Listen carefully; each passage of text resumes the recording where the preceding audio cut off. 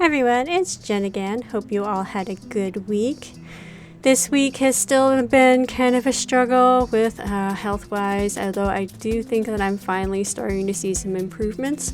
I was hoping that this weekend I would make a lot of progress because I was starting to feel a little bit better, but I might have overestimated myself since I also had a lot of chores to get caught up on. So it is what it is, and I'm just gonna keep trying to go forward the best I can without pushing myself too hard to the point of burnout, because it is still the beginning of the month and I would like to get chapter 7 done by the end of February. But this is a marathon, not a sprint, so right now I'm slightly behind where I would like to be in my most comfortable timeline, but I'm still on a good track to be able to finish with perhaps a little bit of room to spare, which means I'll probably at this rate be able to barely squeak by the skin of my teeth like I did for January. But again, it is what it is. I'm thankful that I do get to work on my project as much as I do, and I am able to make as much progress as I am, and it won't be the end of the world if I do miss my monthly deadline by a few days or possibly even a week. So we'll just take it as it comes and try to work on it at least a little bit every day, and try not to beat ourselves up too much if things don't go exactly the way we want, because stress is tiring. Stress is demotivating, at least for me. So if I do just kind of start getting really discouraged, I try to keep that perspective in mind. I try to keep myself from falling into that kind of catastrophic thinking, because as long as I just keep plugging away at it a little bit every day, things do happen, projects do get finished, and I have a good record for showing how much content I can produce if I just keep that kind of perspective in mind. So this week I have been working on outlining chapter 7. Usually I start with Isaac's route, but this time around I just really had a very clear vision of the events that I want to take place in Simon's route. Not to get too spoilery, but it was going to be a pretty event-packed chapter. The last chapter with Simon was a little bit more on the domestic, kind of relationship building, a little bit on the slower side. Still like to keep some of that tension and life-threatening dangers in every chapter, but for the most part it was kind of chill in comparison to some of what was happening in some of the other chapters.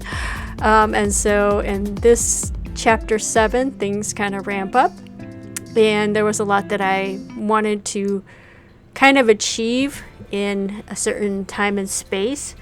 But after roughing out a lot of the chapter and getting most of my kind of placeholders of all the general events in place, as well as possibly about half of it written out, I realized that I really can't squeeze it all into one chapter without making it feel kind of rushed. And there's some pretty important events that happen at the end that I was going to have happen at the end of the chapter that I don't want to brush over and possibly take away from the impact that I want those scenes to have. So I am going to go ahead and divide this whole arc, I guess you could call it, into 2 chapters. So Simon's chapter 7 will end on a cliffhanger, but I have a very clear idea of what's going to be happening in his next chapter.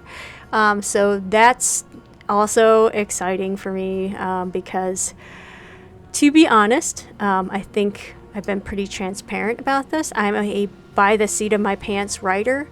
I have a general, very broad outline of events and character backstories and current kind of psychology of the character, their current motivations and all that kind of stuff worked out. But the actual detailed events of the story, I pretty much write as I go along. So sometimes I can get a little bit stuck on a particular route of how does this unfold with all the details, how I know I need to get from point A to point B, but how do I do this in a compelling way, in a way that's logically consistent with all the characters. And sometimes I do have to kind of be like the Scrooge McDuck who's like walking in a circle until the floor indents before I quite figure out everything. And I know that that's probably a really scary approach to some people, and some people might write themselves into a hole of a lot of logical inconsistencies, but for whatever reason it's something that's like always worked for me and keeps me really engaged and excited to write the story when I don't have everything worked out to the point where I'm just executing it, like just going through the motions, just coming up with the words to fill in everything. I like having that kind of exploratory feel to when I'm writing, that it stays like kind of fresh. And I feel like as a solo developer, like that's one of the main advantages that I have to my workflow, is that I can have that freedom to kind of pivot as I get to know the characters better, and as I'm writing, things change. I spend more time with the characters and in the world, and I start realizing things that I hadn't originally planned. And I think that this is okay for a first draft, and most of my work is somewhat of a first draft. I did go back and revise some stuff in like Arcane Dice Wars, for instance. Those did get pretty heavily revised from my sort of first draft to my like the current state of it, and honestly it could probably go through like another rewrite to make it a little smoother and to give it a little bit more focus and clarity. I am thinking that possibly I will do the same with allele to make a sort of master copy of it at the end, where I go back and I iron out some of the kinks. I know that there was a few requests for like being able to see the companions' bonding levels, for instance, and there was also a request to be able to see time passing during the exploration portions of the story, where you can kind of go about free range in the castle and there is like a hidden stat of time passing. So those are some features that I would think about adding when I go back to sort of like polish out any of the kinks. But I'm having fun with the story, and I'm excited about finishing this chapter, and I do have rough ideas for where Isaac and Anthony are going to go. But as I'm working on Simon's chapter, it helps me gain a little bit more clarity too towards their chapters.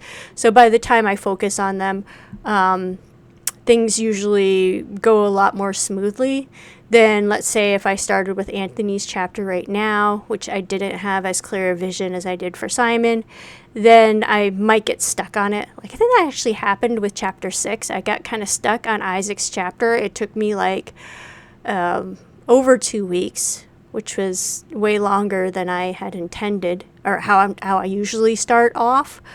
And by the end of it, I think Anthony took me only a few days, even though I didn't have any clearer idea of what I was doing in his chapter than I did in Isaac's chapter. But just kind of by the time that I got there, I had it stewing around in the back of my mind also that it just came out much more quickly without any hiccups. So it's the same amount of words, as far as like the word count is like roughly the same. It's just whether or not I have that much clarity, or if I have to kind of sketch around by idea. Like, can I put down the final line works? Is everything just coming out without any problems? Or do I have to go back and revisit portions of it? Or am I struggling a little bit to see where this is going to be going, possibly in the next chapter? Like, I don't want to write myself into a hole. That's something else that I have to consider. So I don't have a lot to talk about this week because it has just been writing and just kind of, I guess, trying to keep a positive attitude and keep my energy levels up and keep up with my real life responsibilities as well. There has been a couple kind of fun little developments in the allele community that I did have a volunteer reach out to create a allele origins wiki. So thanks so much to Icy for that. And there is a link to the wiki on the main page. I'm going to be updating the main page to also include a Discord that was suggested to be created by Newt. So thank you also to Newt and to Just a One Girl and to Icy again for putting work and moderation into that Discord. So I'm going to be planning on doing a live stream of the keychain selection winners. I have that listed as an event. So if you're curious about that, or if you haven't yet signed up for the keychain giveaway, please feel free to do that and feel free to join us. The community is super small right now, but so far it's been really fun. And yeah, hope you are all staying warm and cozy in this winter season. As always, if you're working on something, don't burn yourself out. Don't beat yourself up. Have fun with it. Give yourself permission to explore, to fail, and to learn as you develop your skills and express your creativity. Don't forget to enjoy the process. Okay, take care. Bye-bye.